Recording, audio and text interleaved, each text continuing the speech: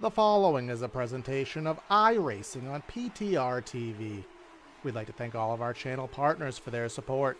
Please like and subscribe to the channel, and we hope you enjoy today's broadcast.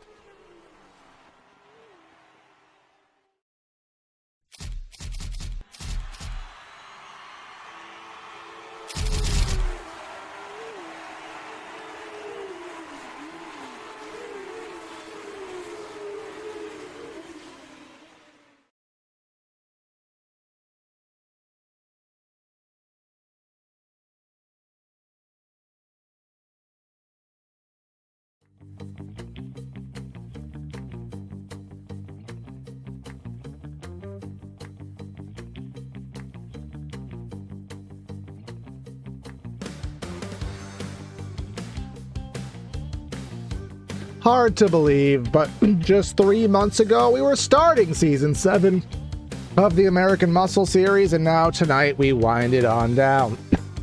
As we now head to the streets of Detroit, where last season was one of the most chaotic races of the season, we now will crown 3 champions, and we will do it right here tonight. Welcome everyone to PTR TV for tonight's coverage here at Belle. Andre, I'm going to have you take over because I have to cough.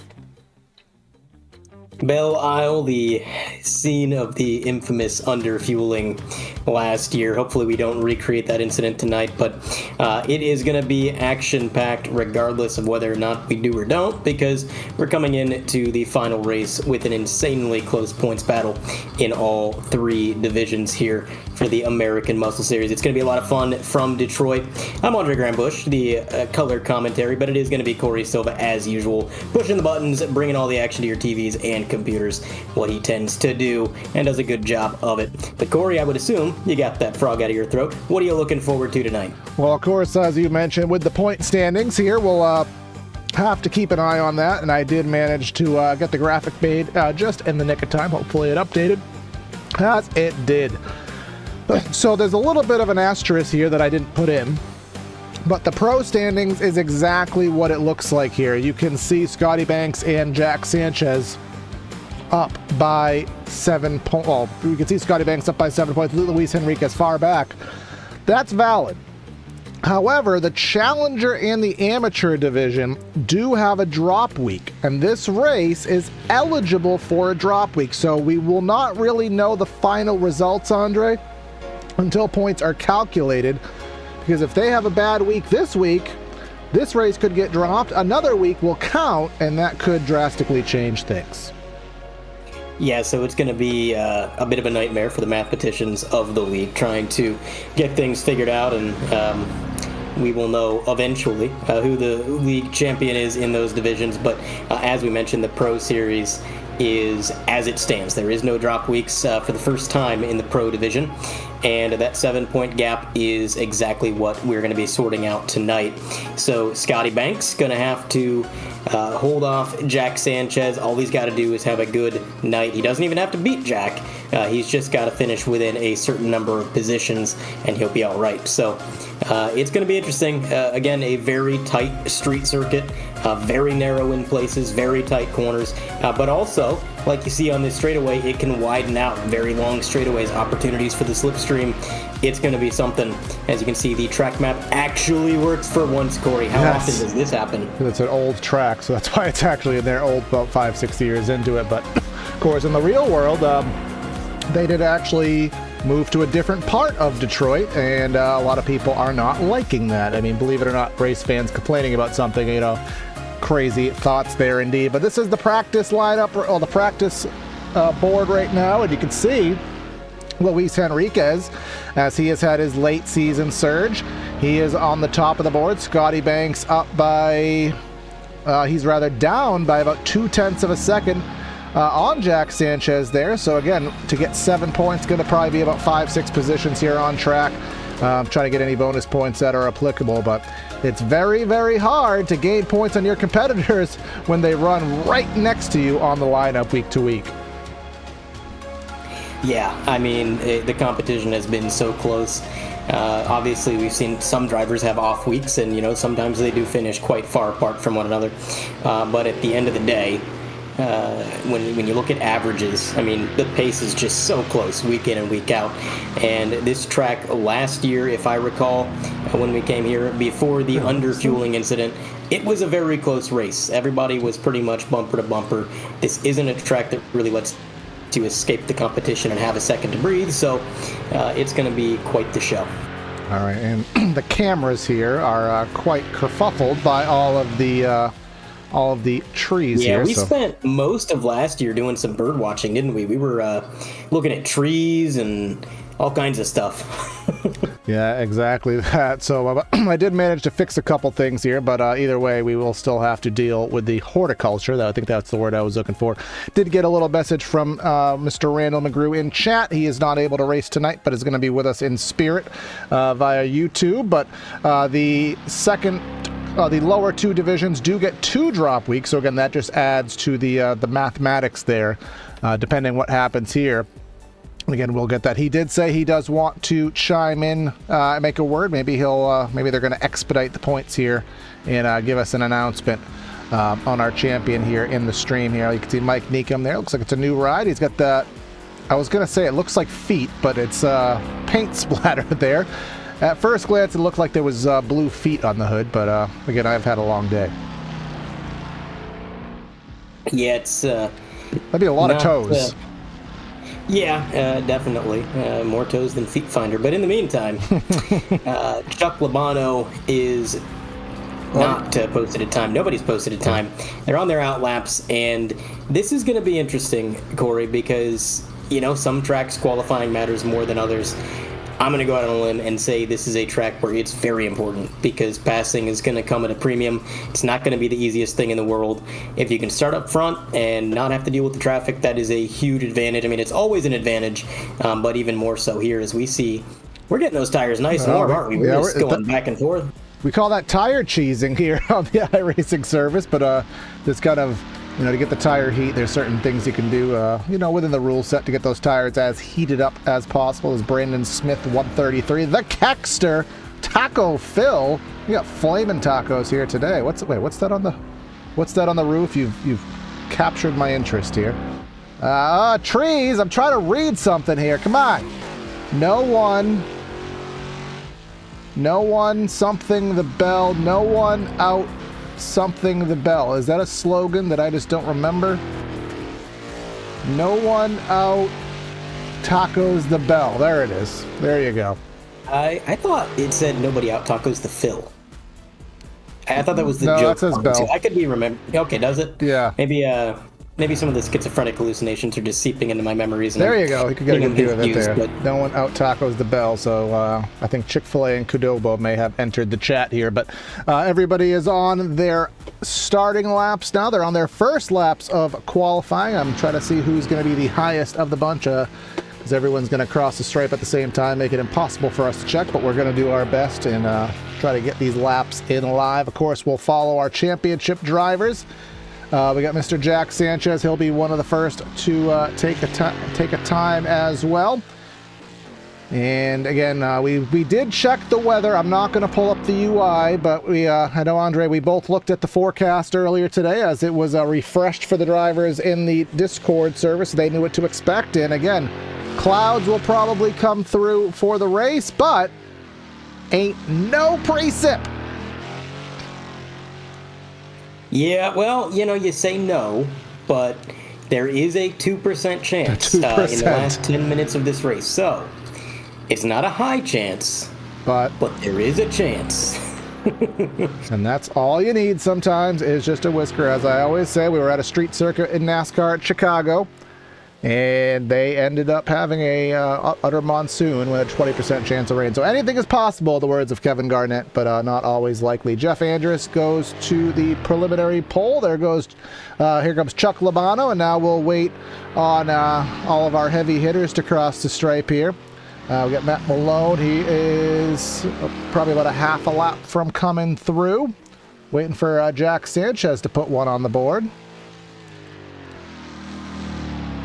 So Labano going to be top of the board currently, but again, Sanchez is going to be a big player here in his battle. On my board, but I am just Here goes Scotty Banks. Where is he on circuit right now? He is about 2/3 of the way through his lap. Jack Sanchez, well, I was looking for him, and I couldn't find him because I wasn't expecting to have to look that low. All the way back there in the 18th spot, 4 seconds off the pole. Now, was he just, kind of putzing it around to get some heat in the tires, or did he have an incident? We don't know.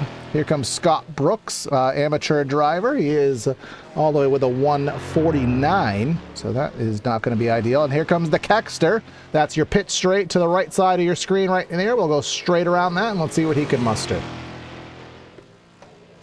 Now on the straightaway, Taco Phil, that 88 car, going to post a 148.5. Not going to be happy with that. Not going to be, no, that's not going to... He'll be happy with that.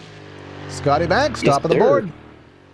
That is going to get it by a little over a tenth from Chuck Labano in the Challenger division. Here comes Mr. Finch, that purple and green that Mustang. Lap didn't count. Did not count at all. It would have been a 148 if it had, I believe. So, still not the tip-top time. Look at Labano up there. He came to play today. You know what it is? It's the paint scheme. He's got the chrome, makes him faster. P1, temporarily. Well, as soon as he got P1, David Moore said, no, I'm going to go a little bit more faster. And Kevin Parrish, ka-chow, he's going to go in 143.5. That absolutely decimates what has been run so far. And look at fourth place, finally posting a time. It is Luke Sudengay. There we go. 143.91. How about Mr. Reese Gardner? He is coming across the stripe. This is not going to be a terrible lap, but not certainly going to be top of the board. Is Jack Sanchez, 143 flat. How did we let that one pass by the wayside? A half a second on the field.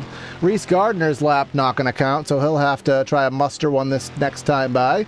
Here comes Mr. Aaron. That face Bray. What's he going to muster here? Got to get at least one more in on the season. A 146. He ain't going to be too happy about that, but he'll do his very best, and these guys should get one more lap in, I do believe here, maybe even two if they run fast enough. Yeah, Jack Sanchez, he's got about 40 seconds to the line. He should get one more in for sure. Maybe not quite two, but using up the curb and doing everything he can to try to improve that lap time. 143.078. It's not a bad time by any means. It is... Oh, that would be the pole of Jack Sanchez. In fact, a little bit... it's been a long day for both of us. Scotty Banks, though, clawing back at it, P2. Look at Jeff Andrus here. This ain't too shabby for Jeff Andrus, 14th spot, 143.6 as the... Oh, P5, actually. What's up with these Challenger guys here today? I don't know. They came to play. They're moving up the board. Still respectable position for Mr. Labano and Matt Thompson, or Matt Tom as we call him. Jeff Andrus, you just mentioned. Henriquez, 42s. First driver, second driver to break into the 142 bracket, Luis Henriquez, Jack Sanchez. Oh, there goes Jack, just to trump him again. 142.4. We're flexing at this point. Let's see, Reese Gardner. He's the only one that hasn't turned it a live time. That'll be a decent lap. P5. He's not usually one to qualify that great, but trying to break that trend here tonight. Remember, he did great at Bathurst, one of the more difficult tracks on the schedule, so clearly Reese Gardner, again, Bathurst kind of is a street circuit in some points, so finding himself kind of at home here.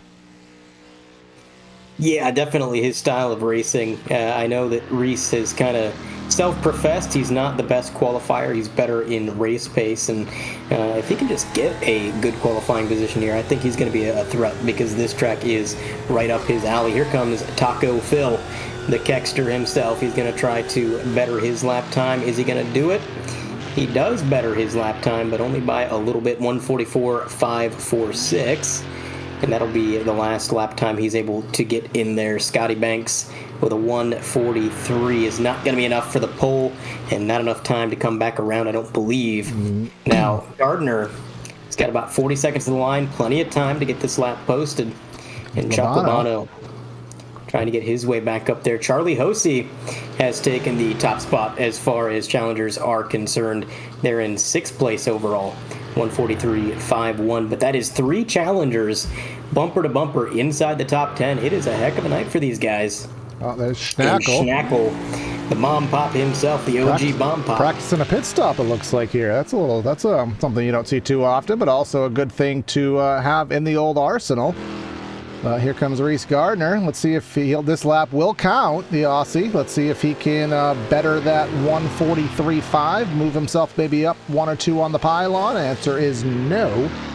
And that will just about wrap things up here. I don't know if anybody else will get a lap in as the session is coming to a close. So again, race number 12 here of AMS.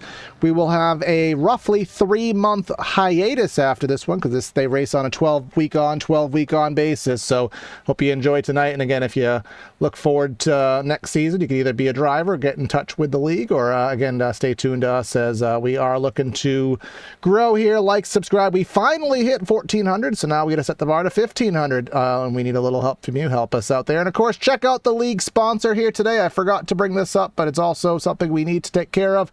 D-Nut Stuff. Mike Neekham's company does a lot of league merch, custom stuff, you can custom woodwork, custom plaques. You can just buy AMS stuff, and it's all well and helpful for everybody. But let's head down trackside. I'm not sure if we have an extended grid time here tonight, so we're just going to have to rush our way right through this. On tonight's pole, Jack Sanchez, lap time of 142.4 with Luis Henriquez to his outside in P2.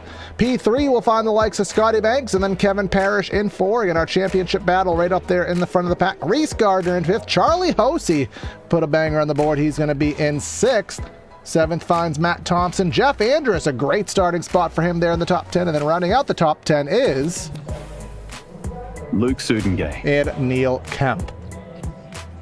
Outside of the top 10, David Finch in P11, alongside Brandon Brush in 12th. A little bit further back, Chuck Labano, the Canadian, going to start 13th, and David Moore is going to be at P14. Look back to 15th, that's where you're going to find Dahan O'Toole himself, Dan Ott, and a Joliet, going to be P15. 16th it goes to Greg Hartman, and 17th is Private Malone, Mr. Matt Malone, going to be P17. Phil Keck, 18th after his qualifying efforts. Running out the top 20 is going to be Jay Bast and Levi Powell. And then 21st through 30th, we'll find the likes of Cam D. Decker, the freshest dressed guy in the field. Mike Neekham, our league affiliate there in 22nd. 23rd is the Bomb Pop. Jeff Schnackle trying to win the amateur class. Matthew Guzenda out of Texas. They just had the Formula One race there, 24th. 25th is Eli Clough, the other taco car. Brandon Smith in 26th. 27th finds Aaron That Face Break. Scott Brooks in 28th. Jay Little in 29th. And then Ryan Campbell in 30th. I think we got about a minute left on this, Andre. In that we do Tom Wendt P31, Dave Blair gonna be 32nd, 33rd Freddie Weaver, he's not last, Andy Smith gonna be P34, 35th Mark Royce, John Casey 36, P37 doesn't exist, so we don't have to worry about that. In the meantime, we are on the grid just waiting for Barney to get the flag in hand. Weather report, let's see what it's like down in Detroit. 71 on the track, 67 in the air. That is a beautiful day for Detroit at this time of year. It is going to be 82% humidity. But surface it's not raining. Dry, but 2%. There's so 2% much water in dry. the air, you could probably feel it on your skin. You're probably naturally sweating atmosphere, but none of it is falling from the sky. Absolute blasphemy. Sweating atmosphere, yes. I did take science class. I know it doesn't exist, but, at the very least, there's that. But I'm estimating about 10 seconds here. I think my little race tool here is vaguely accurate, so we're going to hope for that. We do have the Christmas tree of Reese Gardner here in 5th. That usually clears up over the course of the race, but we're just going to have to hope that it does, because we don't want him to have to succumb to that starting spot. But there goes the tick over here. Gonna wait for the lights to fly, gonna wait for the green flag, and we're gonna wait for race number 12, our season 7 finale, green, green, green, from the streets of Detroit. Oh no! And we are all over the place. Oh my goodness, did you see Luke Sudengay 4 wide on They're the outside? still We're wrecking. wrecking already further back. What is going on? There is bumpers, there is tires, there is axles, everything all over this track. And who is that in the back? Yeah, Oh my we'll try to goodness. sort something out here, because obviously somebody in the back did not go. So we'll have to kind of find this out. We're just going to go on board with, I think we're on board with Andy Smith now. We'll try to see what he saw. He is trying to come right around the bend, so this is all blind to him. There's Mark Royce, and yeah, he's just going through a debris field there, so we'll try to take a look at Mark Royce, because I think he may have been in most of this, because it was an orange car. If it's not Royce, I do apologize. It was not Royce. No, it's already happening. Oh, no, it was the three... Who is that there? My goodness gracious. Apologies, folks. It's hard to see from the broadcast angle. Oh, yeah, someone just did not go. Mike Neekum there. We'll get one more shot of this, and then we'll try to go to live footage. Taco Phil got a heck of a hit. I am baffled here. Oh, around. It was the contact that sent the orange car around, and that's what started the entire was it Greg bottleneck. Hartman? Yeah, oh, yes, it was Greg Hartman. That got spun around. All right, last look at this, because again, we're not seeing what's going on track now, so we'll, here we go. Oh, no, that was Neil Kemp. Neil Kemp didn't go. He missed, he just completely parked it. Start, and that was the initiation. All right, we'll get back to live scenes. Apologies for lingering on that a little bit too long. We've been listening to the Cranberries. We're just lingering. But in the meantime, battle for the lead. Jack Sanchez up front, 2 wide for second place. Luis Henriquez is going to be right next to Scotty Banks. Kevin Parrish behind them. Then a bit of a breakaway to the Challenger division leader, Matt Thompson, under duress from Jeff Andrus right behind. These drivers navigating this track, trying to put the chaos of the start-finish line behind them for the next 37 minutes so they can focus on the windshield and not the rear windshield and hopefully get the finish they desire. And they're going to single file out. You're going to see a lot of this, Corey, just trying to play a little bit of follow the leader in the narrow sections. But when we get to those straightaways where the track widens out, you're going to see them fan out 2, 3 wide. And Jay Bast is not having a good time here. He is getting held up from a car in front, and he's getting run over by Private Malone, riding on board with Matt Malone. Yep, heading down that curved back straightaway. The next corner will be the right-hand 90 degree of turn number 7. You can see you got to watch out for that curb. And now you head to the most technical part of the track, kind of the interior. I don't really have a name for this, but it's the narrowest portion of the track. A lot bumpy, a lot of off-camber sections. And then you're situating yourself for the very, very tight turn number 11. Turn number 11 puts you onto the little chute here. And then we head into a kind of a double right-hand complex here, 12 and 13. You got to watch out for the tires here to the left. And then cut back, turn number 13. And now that is a lap around Detroit. Yeah, it's a heck of a street circuit. Kind of unique in that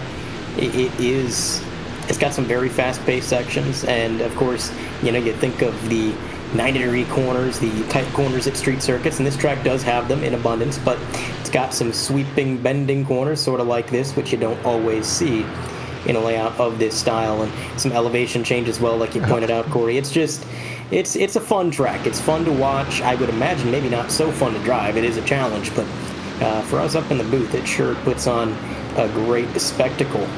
As Sanchez continuing to lead Luis Henriquez right on the bumper. Henriquez has done so good this year. I mean, he's got... Oh, Cam DeDecker. Cam DeDecker is going to go around. We'll take a look at the PTR TV replay. He done scuffed up the suit here, Mr. Well-Dressed. Oh, him and the Schnackster. What? I'm not saying that one again. We'll get one more look at it from the top down, Cam. Well, I guess not. Oh, yeah. Cam DeDecker just missed the corner there and then hard into the wall. Believe that was Schnackle there. I mean, there's about 2 or 3 bomb pops in the field. And is he again? No, that's not a lie. That's again. Oh. So this is. Did he never save the car? He never saved the car. So you can see him here. So he's facing backwards in traffic. And he just did not know what to do. He's looking for some clean real estate. And no, don't have it. Yeah, don't have it. And you got to imagine, too, Corey, he's sitting lower than that camera is. He probably couldn't see over the concrete wall. He probably didn't want to pull out in front of somebody. Yeah, that's his view. He can't really see what's coming on.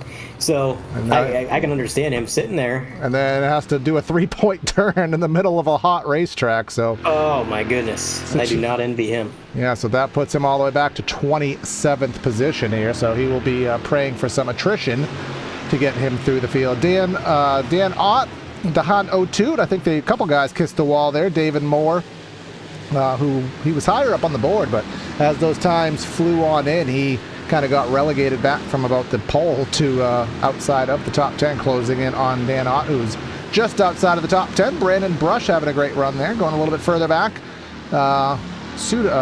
Makeshift taco car of Eli Kloft and Neil Kemp. I don't know how he's in 18th after what happened to start the race. And Jay Bast. Hello, Jay. Well, he found a little inlet there. I don't know if he goes too far into that. He may drive off into an abyss, but let's see what happened to Mr. Bast.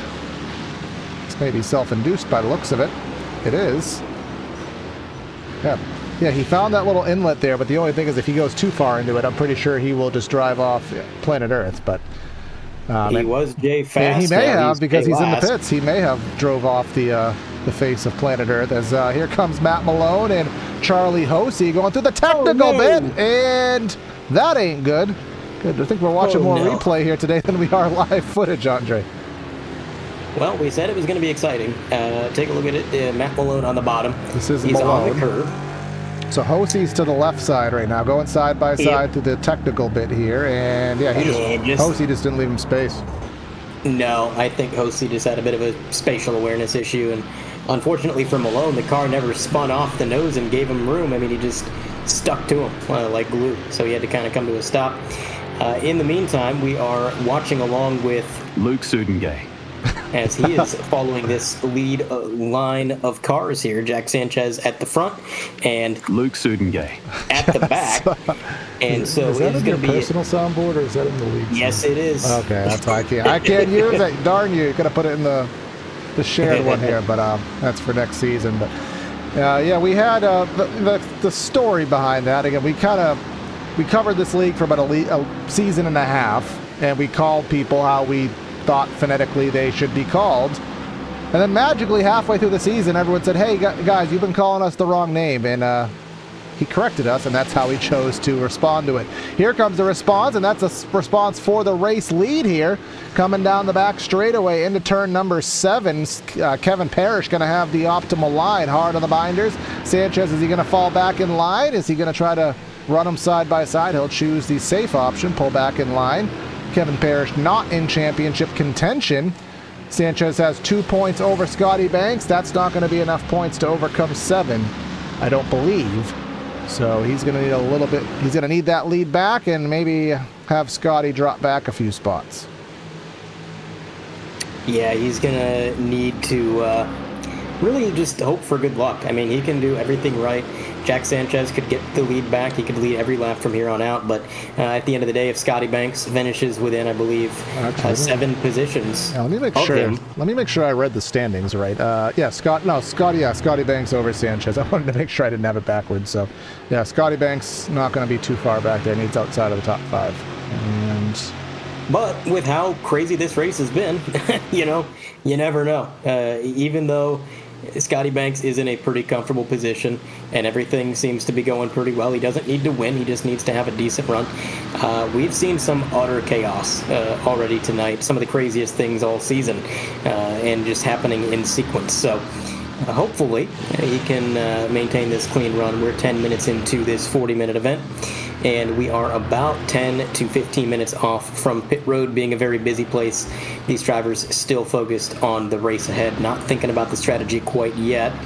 And it looks like Levi Powell going to he's going to get up a position. Missing a little body parts there, but who needs it here at a track this slow? Andy Smith doing the little Tokyo drift there out of, believe it to be turn number 6, turning back onto the back straightaway, I do believe, just about heading in that vicinity. But heading back up front, would you expect Jack Sanchez to fall off and settle for second? Absolutely not. He is right to the rear deck lid of Mr. Kevin Parrish through again the most technical section of the track, now exiting turn number 11. That tire wall sneaks up on you. Now you kind of get the car wound up just a little bit. Can't really make a pass here in 12. It's a slight little kink here, maybe a little bit more than a kink, and then here we come. Now we wind ourselves up onto the pit straight here. He didn't seem to get the exit there out of 13. That gives Parrish a little bit of breathing room down the front straight. Yeah, Parrish is another driver who had a good season. Ran up front a lot, but unfortunately The championship is not always built on a good season. Sometimes it's got to be great. And the consistency required when you don't have a drop week is just next level. And there's just a couple drivers that manage that consistency. So Kevin Parrish kind of out of the points picture, but still a contender to win for sure. And he can end his season off on a high note if he can maintain this pace. I'll tell you, Matt Thompson in P5 is really impressing me. This is one of the best runs we've seen out of that 51 car. And, we talked about it a couple weeks ago. He's just been getting a little bit better each week. And now here at Belle Isle for the season finale, it's culminating here. He's right there on pace with the leaders, up 2 from where he started. I mean, what more can you say? Yeah, he's usually someone who's in that maybe 8th to 15th place bubble. It just kind of, changes week to week where these drivers do run. But obviously some guys just take to certain tracks. Now we talked, speaking of which, Reese Gardner, his Christmas tree syndrome seems to have cleansed itself here. A little bit of damage, a lot of bit of damage to the left side of that car. Hopefully nothing that will affect the handling. He did drop back to about 7th, but again, his run at Bathurst, he had a few, was it either earlier this season or last season? So again, these tight confines right up his alley as one of the Southpaws, so great to see him right there. Eli Kloft, even for Eli Kloft, this is a pretty good run for him. He's usually back in mid-20s, but he's fighting mid-teens right now, and side by side to a very scary part of the track. Matt Malone taking Levi Powell side by side, hopping the curbs. Yeah, they're all going to be hopping those curbs a time or two tonight. They are very aggressive, and I think sometimes the best way around the track is going to be to cut them as much as you can. So it's going to be a rough adventure there. You see Matt Malone cutting the curb, trying it to slot in front of that Taco Bell machine. And there is Dave Moore in the middle of a 3-car train. He's the meat in the sandwich. 68 car getting on the binders ahead of him. He's going to drive it in pretty deep up on the curb. I think Moore might actually have the pace here, but again, this track is so tough to pass at, Corey. I mean, there's a couple places that they give you an opportunity, but you got to set it up really well. And that's the point with this Mustang, though, is, when you're at a track that's difficult to pass, the best thing that you can do is drive a slow car, because when you're driving a slower car compared to, an Indy car or some kind of a hypercar, LMP2, whatever it may be, a slower car can find passing zones everywhere because you can run side by side in a lot more places than you could otherwise. And did Cam Decker have more problems? He is in the pits and our camera's stuck behind a billboard, but Cam Decker not having a great day.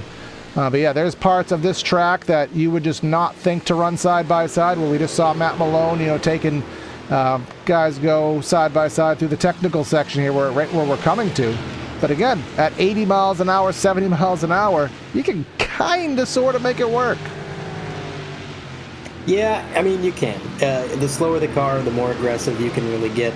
And if it comes down to it, I mean, look at you can Malone's car. Did he just leave Bristol? Yeah, I was going to say, you can put the bumper to somebody, and I think Matt Malone is evidence of that. Maybe not Bristol. Bristol's actually been oddly clean lately, so maybe he left a Martinsville cutoff race after they all dump each other to transfer here. That's about what Matt Malone looks like, but thus far working well. Trying to bump draft essentially Andy Smith here.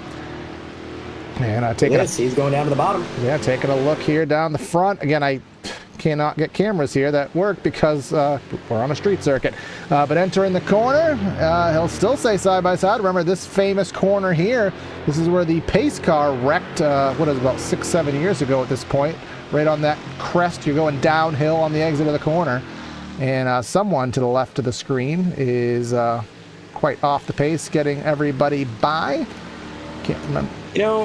I gotta wonder if something ain't bent on Malone's car from that contact earlier with OC, because when they were going through the right-hander, his car looked really good, but when he went through the left-hander, the suspension hiked up, and he lost way more momentum than I would have expected him to lose. And look at this, through a left-hander again. He kissed the wall again. He loses pace. Yeah, he's hitting the wall through every corner. So maybe there's that old Adam Benefiel logic, a racer we used to cover on the channel. He said, well, if you're going to damage one side of the car, may as well damage the other side and try to even it out. And I think Malone is taking that advice a little literally here as he's having another battle with Andy Smith. Another battle on track is David Moore and Brandon Brush.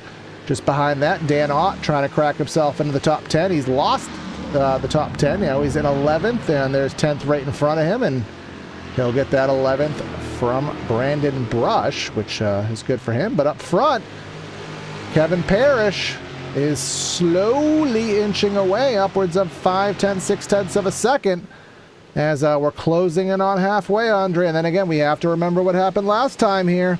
We had the quote-unquote bonus lap, so these guys have to really consider their fuel load so they don't have a replication of last season. Yeah, we don't want to see that. We have seen it twice this season, not on a mass degree like we saw it here at Belle Isle, where everybody was doing it. But we have seen it on an individual level. A few drivers here and there have lost wins because of it. But pit road getting to be pretty busy. And while these drivers pit, we're going to take a look at, I think that might have been a blue jay in that bird right there. We'll have to listen to the calls and continue our bird watching endeavor here. But in the meantime, Kevin Parrish stays out on the track. Jack Sanchez stays on the track, as do Henriquez, Scotty Banks, Matt Thompson, and Luke Sudengay. Just stretching it out a little bit longer here. They got plenty of time. I mean, the window is big. They can come down anytime between like 25 minutes to go all the way down to 10. So there's room for strategy, and it really just depends on how pertinent you think it is to get down pit road. And some of these guys, I'm sure, have software that tells them, hey, if you pit now, here's how much traffic you're going to come out into, roughly based on the pit stop time that we're estimating. And some of these drivers might just be waiting so they can get out on a clean track. I know they have that in real life. If they have that in the simulator, then Lord knows how much these guys are spending on it. There is an app that does that. Maybe not. I could be wrong. I haven't actually driven in a very long time. So I know they said it. Hey, the last time I drove was with you in our little silly sessions back in August. But yeah. We're gonna find another one of those because we don't race for real. We do the oddest combinations on iRacing and somehow make it interesting. But maybe one day I'll get back into the real world. But I guess that day is not today. Closest battle on track actually is Microsoft Sam himself, Mr. Let me down there, but Matt Thompson, he is clearly scared of Luke Sudengay, because he just completely missed the corner there once he was right on his rear, so that let Luke Sudengay make that pass. And now into the clutches of Matt Thompson is Reese Gardner. Again, another damaged car all over, maybe not from Martinsville. There's not a Martinsville in Australia, but there is the Calder Park Thunderdrome. That's an oval that is defunct but still kind of exists. But yeah, it's about the only NASCAR oval that is in Australia. But there's actually a good YouTube video on that, by the way. If you're ever interested in a little defunct, if you're interested in like defunct racetracks, look up the Calder Park Thunderdrome. About a 1.25 mile track, looks exactly like Charlotte. They drove there in the late 80s, early 90s, and it's just sitting there defunct. Your daily tidbits of information via Corey, as we have somebody having some issues. Well, had issues. Major issues. Who is that? The 298? Oh my no. God. That's Ryan Campbell there. Get one more look at that. And, yeah, he got loose. Darrell Waltrip. All right, he got loose. He kept going. He kept going. Now, where does this go wrong? Now, his car like wasn't capable of taking the corner. No. And then Mike Neekum just he probably thought there was going to be space to the outside, and there was not. I really need on my soundboard, I need a clip of Darrell Waltrip saying, the darn thing just disintegrated. Well, we'll have 12 weeks to add to our soundboard before season number 8, and of course. But I procrastinate, so that 12 weeks is going to turn into 5 minutes before the next broadcast. That's most likely the case, but and of course, once we get any information on season 8, we will be sure to post it on our Primetime Racing Facebook page. And again, they are looking to fill fields here. I mean, we have 40 plus cars on a regular basis, but we're used to having 60. So if you're looking to get into this, racing some of the big dogs, having some fun, even if you're not, going with the Parishes and the Jack Sanchez's of the world, you could still be racing with the, the Jeff Schnackels, who will probably be in the Challenger class, or, some good racing in amateur with, Levi Powell and some of those other guys, Dave Blair. Some good racing to be had. for all skill sets here, driving a fun car, although some guys will say it's not as fun since the update, but you never know what will happen. Getting an update here, Season 1, 2025, Week 7 is when the next season will start. When that date is, it's probably mid-January, so some time to be had, but Jack Sanchez closing in on the lead, and Scotty Banks closing in on Luis Henriquez. And here they come through 2, here they come through 3. A little bit of slipstream opportunity is available down this straightaway. Not much, but a little bit. And then hard on the binders into turn number 4. Yeah, they're going to slipstream down this corner. And again, the big question is just going to be, where do they cycle out? I mean, we've seen numerous times this season alone where it seems like both drivers have really good stops, nothing particularly wrong with either of them, but they come out of their sequence so far separated or completely flip-flopped in position, and Jack Sanchez can't afford that. He needs every position he can get, so staying out on track, don't know if it's a tactical play or if he just doesn't feel the need to pit. This battle here, though, Scotty Banks. Kiss to the wall. Every position he picks up, like when he passes Henriquez here, that is just adding a few more points to the cushion, not having to worry quite as much. Again, he doesn't have to beat Jack Sanchez, just has to finish within about 7 positions of him. So if he can do that, he's good to go. And again, he's just adding to that cushion. Henriquez, though, you don't want to count him out. He's got some long run speed, always has, and he might have given that position up right now, but he's going to be right there with him. And we'll see what happens.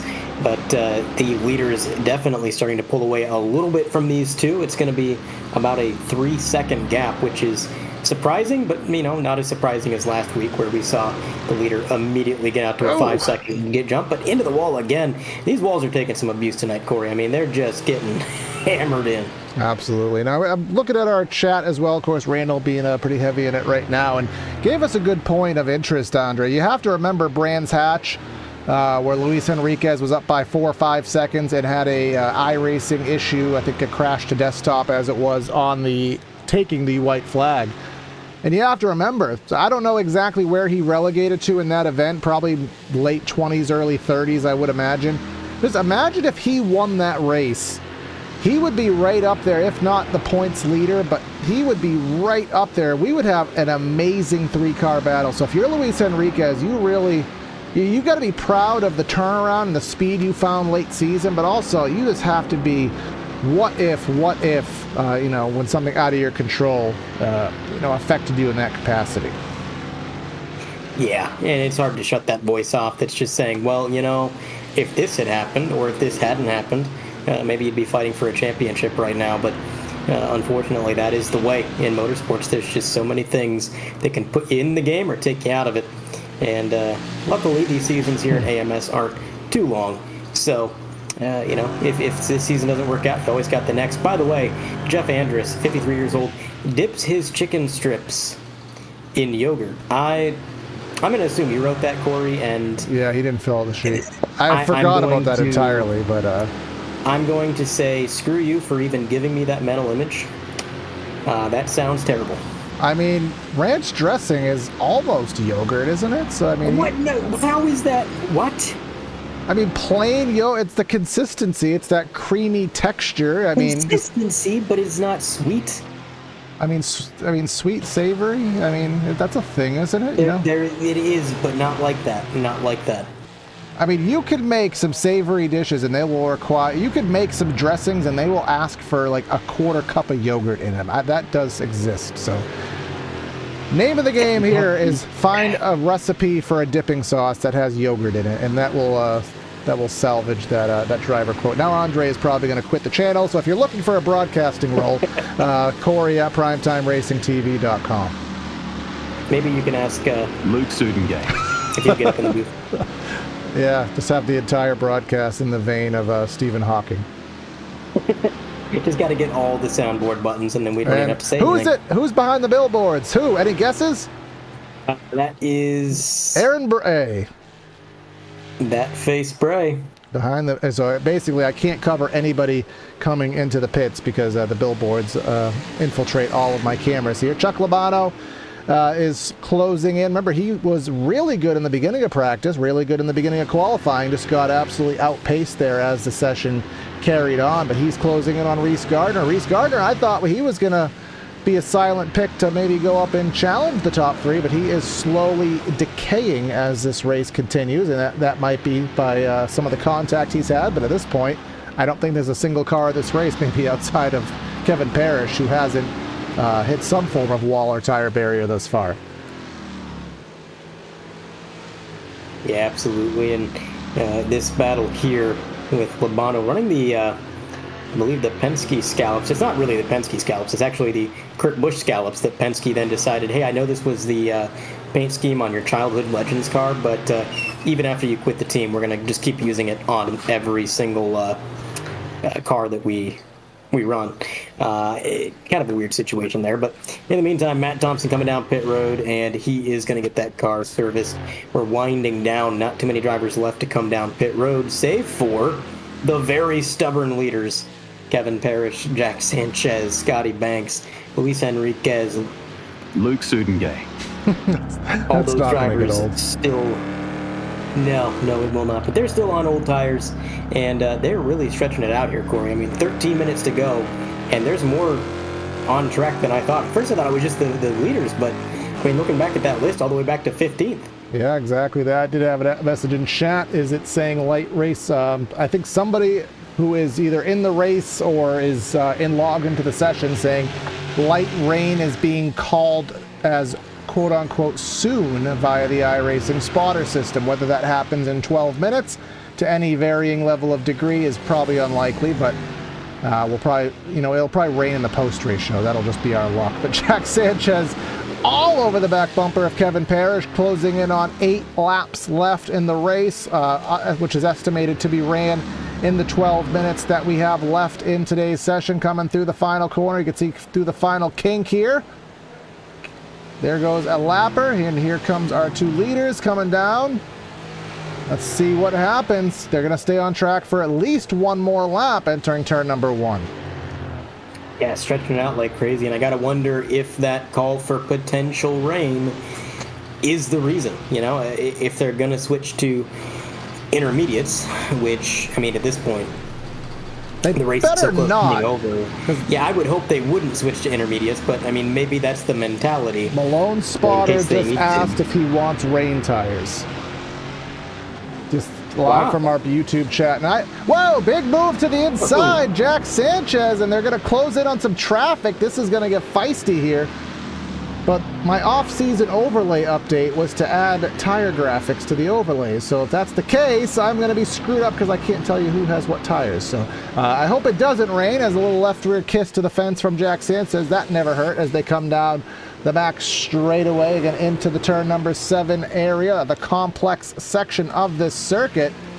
Close enough to make a chance, and here comes Mike Meekum here, top of the shot. We're going to have a little bit of lap traffic. I think they're probably going to pit this time, because I wouldn't want to have to navigate the traffic, because that'll only cost you, through your pitting sequence. I would rather pit now and leave the traffic as it stands, personally.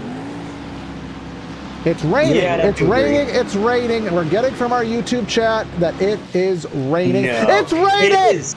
It's raining. The 2% chance has come into existence. What do you do? There's no way. There's raining in Detroit. Are you kidding me? I can't believe what I just saw. Corey, have you ever? Well, technically yes, but not in AMS. I haven't. Now at this point, it's raining pretty hard right now. What do you do? It's coming down. Is this gonna affect the championship? Is it gonna be a tire call? All right, Kevin Parrish into the pits. I can tell you on the back end. I know you can't see it on the front end. I will tell you on the back end who is changing tire sets. He is changing tires. Is the track gonna moisten up enough in the course of 10 minutes to make slick tires unusable?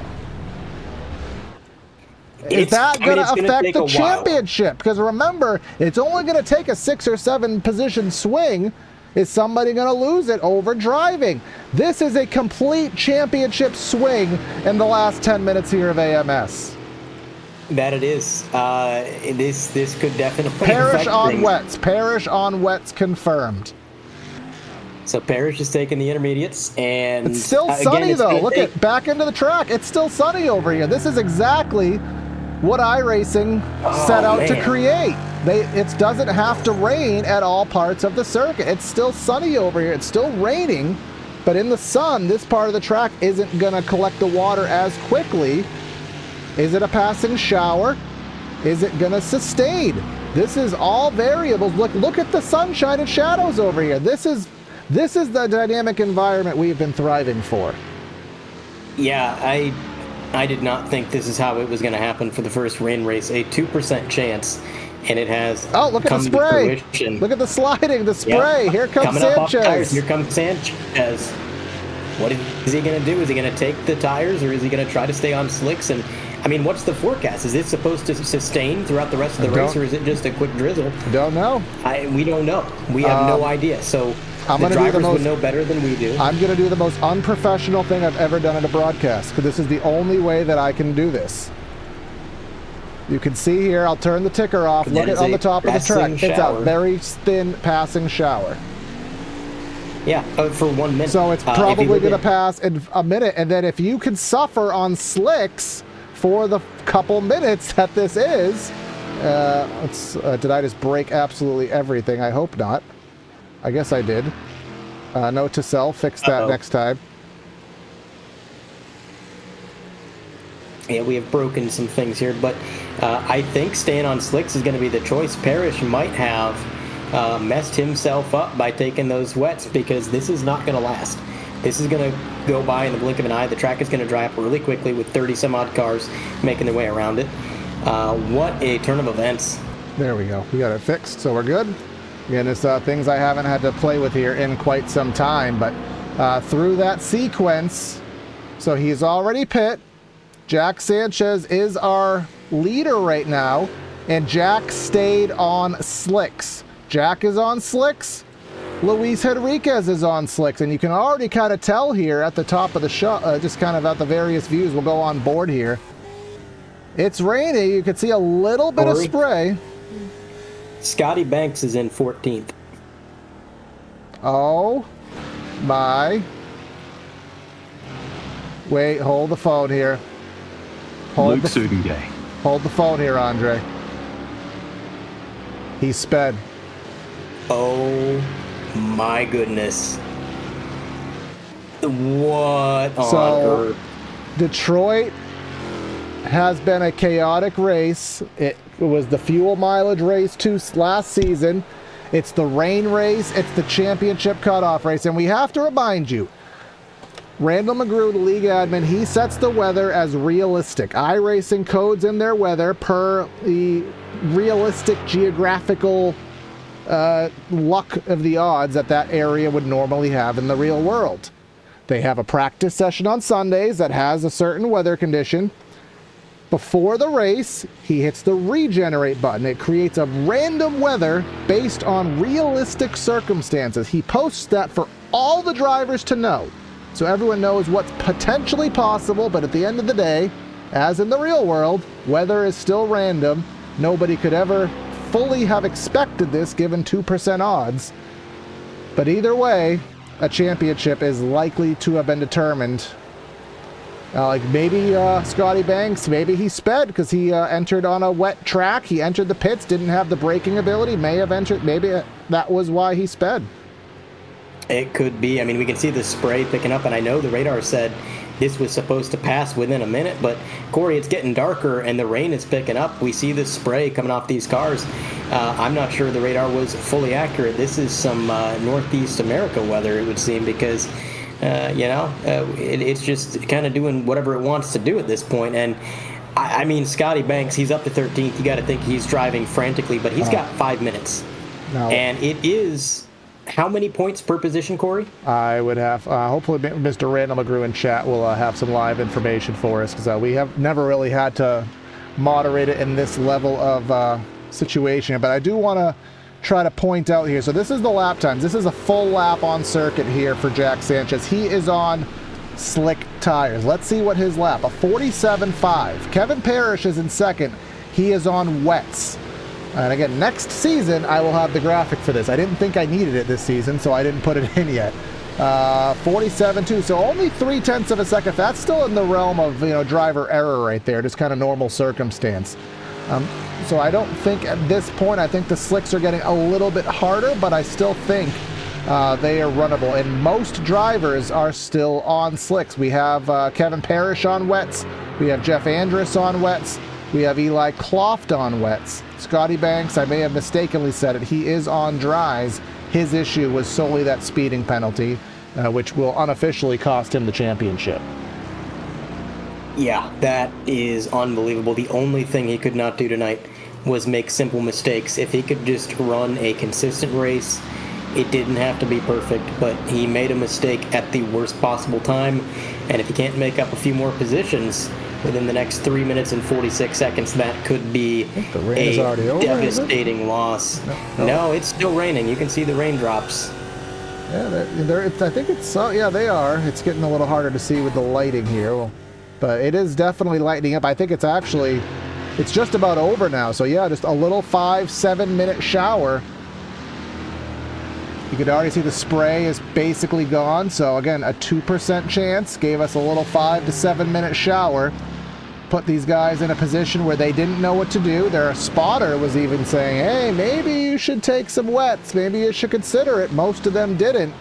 And staying on slick certainly going to be the better call, because those wets are going to disintegrate here. Luckily, only a few minutes left to go, but those wets do not like running on a dry track. No, they do not. They will overheat very quickly, and they're going to lose grip. So, again, Parrish, I think, took a bit of a risk taking those tires just by giving up time on pit road to begin with. But now that the rain is starting to pass, that's going to be even more disastrous, as right behind him, only about a second back, he has Luke Sudengay in third. So maybe looking to pick up another position. Reese Gardner fourth, Matt Thompson leading the Challenger division. Leader of the amateur division, Jeff Schnackle, back in 11th. Scotty Banks still in 13th, and he's got 6 seconds to the next car up the road. So things looking very good at the moment for Jack Sanchez, but with how topsy-turvy this race has been, I mean, it's still anybody's game. I mean, this has been a mind-bender of a race. Riding along with Chuck Lomano now here in P7, following Henriquez, who is getting big sideways. Man, oh man, what a night this has been. 1 minute 50 seconds on the clock, and if it's a smooth 1 minute and 50 seconds for Mr. Sanchez, he might be leaving with a trophy. Yeah, we are going to get, I think we were estimating 24 laps originally. We've lost down to 23 now that the pace has dropped down. We are, we'll bring up our graphic here for our race leader. Down about 4 seconds of pace. Again, the slicks on this slightly damp. Let's see what the weather graphic dictates this as. Mostly dry, so that means very lightly wet. Basically means the same thing, just another way to say it. But is this the white flag? Yes, it is. So this is the last lap of the race. This is the last lap of Season 7, a race where Jack Sanchez needed a few spots on Scotty Banks. And I don't think he expected to get him in the way he has, but barring a catastrophe from Jack, it's going to be a absolutely fantastic day. Yeah, I mean, all he could do is come into this race and do the best that he could and hope that the cards turned out in his favor. And so far they have. And it's been quite the up and down night for everybody. This battle right here, you got Kevin Parrish on those wet tires that are probably getting a little bit overheated. He's under pressure from Luke Sudengay in the 41 machine. Should be able to get this overtake right behind if he gets aggressive on the braking here. But I'll tell you, Parrish has done a good job playing defense here, Corey. I mean, he is he's on the back foot. The tire's not really feeling too good, but holding on to his position regardless. And this driver, 10 seconds the advantage. He stayed on slicks. He knew the rain was going to pass.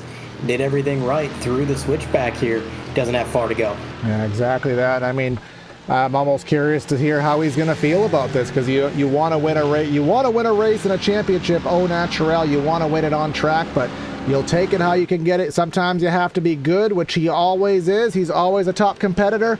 Other times you just need a little bit of luck. And if you can have that luck at the right time and all the circumstances fall into play, you can easily find yourself as a champion. We're going to come off the final corner and we're going to unofficially grant Jack Sanchez the Pro Division champion here at AMS. We may or may not be right, but the unofficial prize is going to go to him. We'll get the final wording on that. Here comes Kevin Parrish in second. He will hold on via Luke Sudengay in the third spot. Going a little bit further back, looks like we're going to have a battle here. Matt Malone and Jeff Andrus, they're going to battle through the interior bit here. This should be a good one to the finish. Yeah, 3 cars duking it out. Malone, right rear quarter panel into the concrete jersey barrier. But oh man, getting big sideways through the water. I think he might have hit a bit of a puddle there. Hydroplane is what it looked like, but they're all getting sideways here as the track is not entirely dry yet as they work their way down the straightaway, and they're going to have to head into this corner single file. Look at the spray, the sliding going on. The curbs wet, Matt, are not good. Finch taking advantage of it. He damaged something. Matt Malone, he must have damaged something there. Lost the second spot. Oh, he's not. Matt Malone at the finish decimates himself. I think that might have been on purpose, but having fun with it either way. Yeah, curbs in the wet, never something that a driver will enjoy, but Jack Sanchez doing donuts here in the middle of a live track, but you know, as a champion. And he can't forget Chuck Lovano. I think he is right in there as well, and I'm going to make an assumption that Schnackle is there too. I don't know why Dan Ott's doing donuts, but maybe he just wants to feel special. And everyone's just, I think this is maybe just end of season follies, but either way, a great bit of driving here, a great surprise running, and surprise events here at AMS round number 7 or season 7, round 12 at Detroit. But let's go finish things up with our final rundown of results. Getting today's win and most likely the championship is Jack Sanchez, 10 seconds over Kevin Parrish. Luke Sudengay Gets a third with Matt Thompson in fourth. Luis Henriquez couldn't go back-to-back. He'll finish fifth. Chuck Labano, the second-placed race driver in Challenger, but very likely a champion in that division. David Moore, Reese Gardner, Dehano 2, and then Brandon Brush in 10th.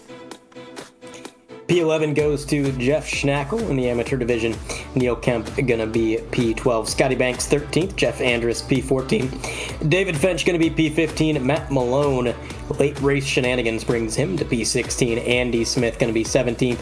Aaron That Face Bray going to be P18. Dave Blair 19th. And running out the top 20 going to be Mike Neekum. And then rounding out our lineup here, I'll just kill them on off for you, Andre. We got Eli Clough, 31st. Levi Powell, 32nd. Charlie Hosey had that issue with Matt Malone down in 23rd. John Casey, 24th. Jay Bass had some issues here as well, 25th. Jay Little, Tom Went, Scott Brooks.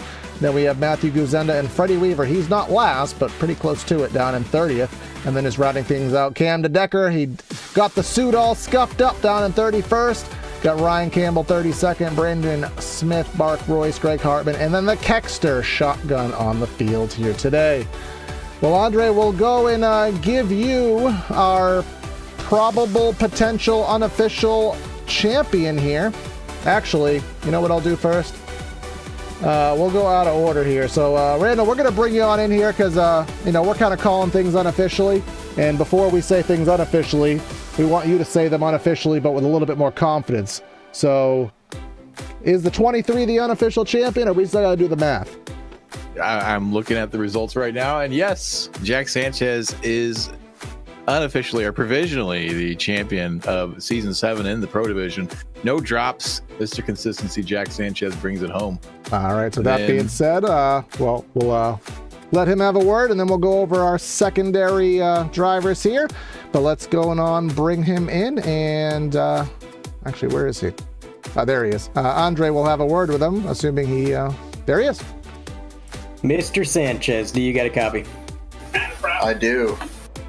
Jack, all you could do tonight is show up to the track, do the best that you could, and hope that Lady Luck smiled upon you. And, luck has not been in your favor in quite a few races, so the outlook might have been a little grim, but I'll tell you what, the puzzle pieces fell into place, and the opponent in the points picture had a very last-second speeding penalty. It put him far back enough that you took the lead in points. Not only are you going to win the race, you're going to win the championship. How do you feel? So, like, that's super awesome. I saw Kevin get himself between Luis and Scotty, and he was kind of who I was hoping for. I couldn't have imagined Scotty making a mistake. Yeah, I don't think anybody expected him to make a mistake when really all he had to do was just, take it easy and watch his mistakes. But either way, what happened. Now, I want to ask you, you made the decision to stay on the slicks when you saw that rain coming, and we knew it was probably going to be a passing shower, but did it ever cross your mind to take the intermediates? I just had to see what the clouds were doing. I mean, this autocross weekend I just had, the rain was supposed to come as well, and you just kept watching the clouds not form well enough. And I just stayed on the slicks and said, I'm either going to win it or I'm going to Norris it, and that's going to give me an extra 10, 15 seconds margin. So let's see what happens. All I have to do is not drop it. And it did indeed work out. Now you're going to etch your name into American Muscle Series history as another champion alongside Iro Nam and a few others. How does it feel, man? I mean, it's one thing to win the championship in any league. You join a league on iRacing, you get the championship. That's awesome.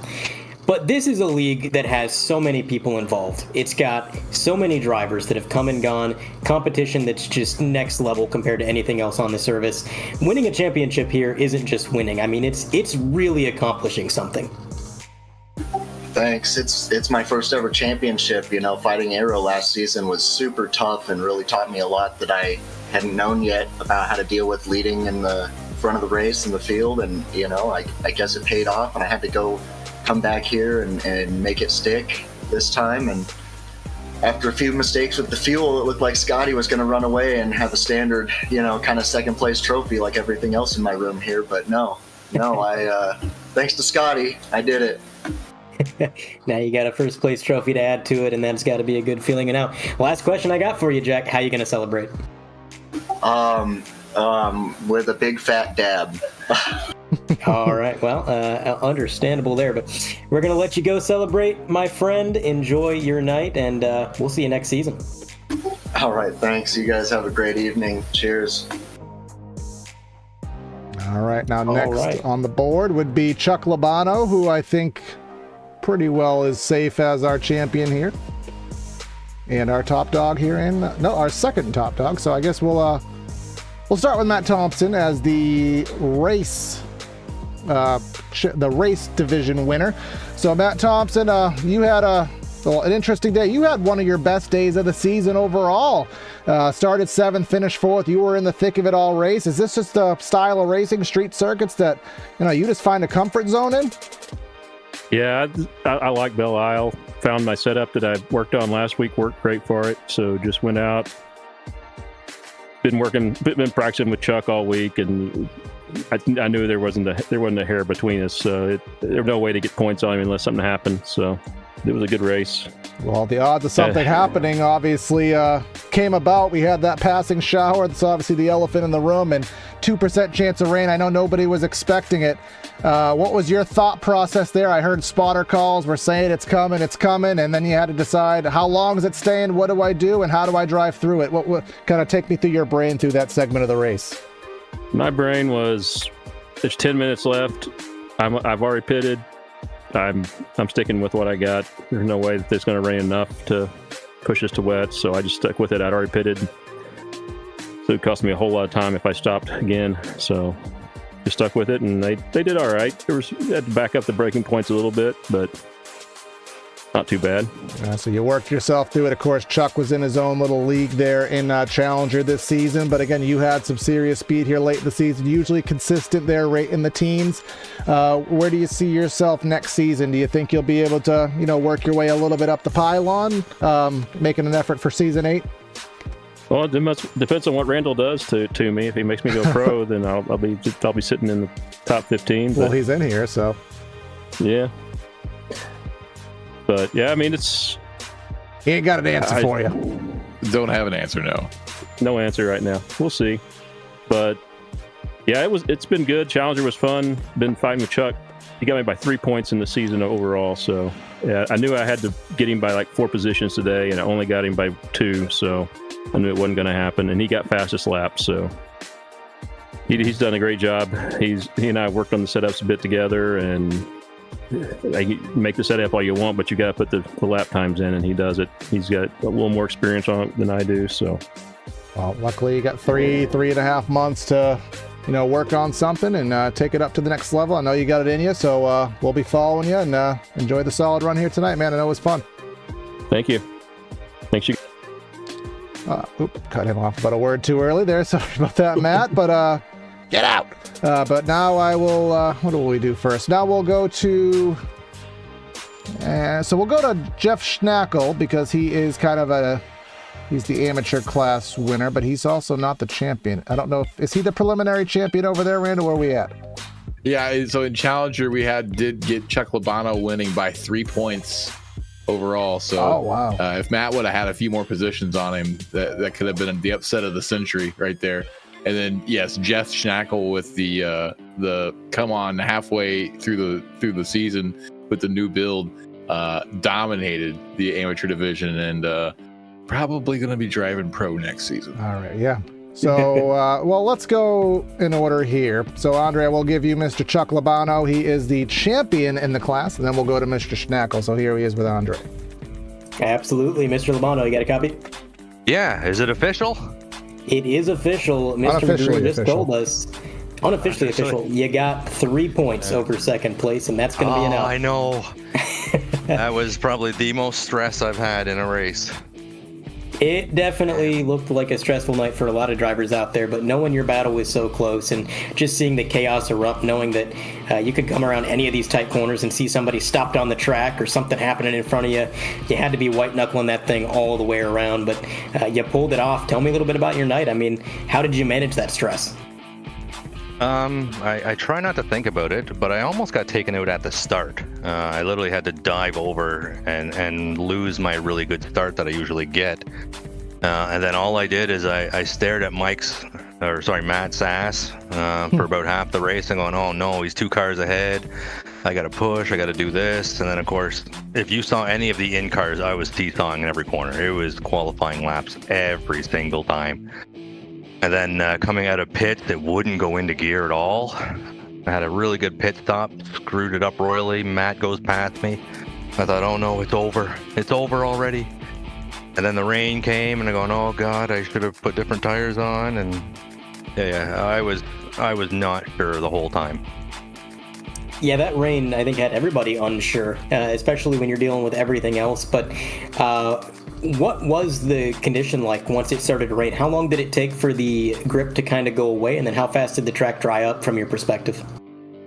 I'm going to say with about 4 or 5 laps to go, there was a couple of spots that got pretty slick. Fortunately for me, Louis screwed up a bit and I got to follow him. So I had to brake early on these things, or there's about an 80% chance I would have taken myself out because I didn't do any practice in the rain here.